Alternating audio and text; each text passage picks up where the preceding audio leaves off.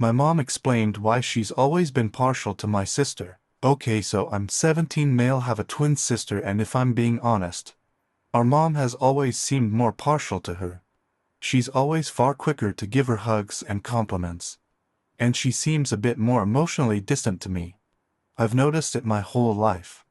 And I've tried not to let it bother me, but things finally came to a head recently. I don't really want to get into the inciting incident that started this. Long story short, we've been looking at colleges and I was upset because it seemed like she wanted my sister to stay local more than she wanted me to, and I told her she loved my sister more than me our whole lives and she didn't give a shit about me, and I'm still not sure why. Today she came in my room and asked if we could talk.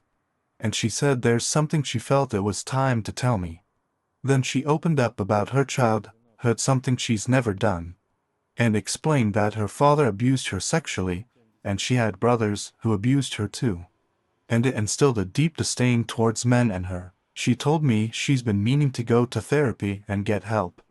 But she told me it breaks her heart that she ever made me feel like she loved me less than my sister, and she's been trying my whole life to get the fuck over it and grow up, and that it breaks her heart that I haven't had the mom I deserve. She started crying and I hugged her and told her I loved her and she was a great mom. And I was lucky to have her. Afterwards I suggested we go out to dinner, us the two of us. And I could pay. And she said she'd take me up on that under the condition she'd pay. So, we had a really nice dinner and we talked. And I felt I connected with her in a way I hadn't before. I can't really explain it, but I felt like I saw her. And she saw me in a different, but good, way. Overall, gonna be honest, I feel terrible, because I feel like I made her trauma all about me. She's a wonderful person, and I don't know why I'd accuse her of not loving me like she loves my sister. Alls I know is that I'm gonna be better to her and understand she's doing her best, as we all are. She goes to therapy on Monday afternoons. And I've been going with her to her sessions, and we get dinner afterwards. To be honest, the main reason I started going with her to make sure she goes. And that's been going well.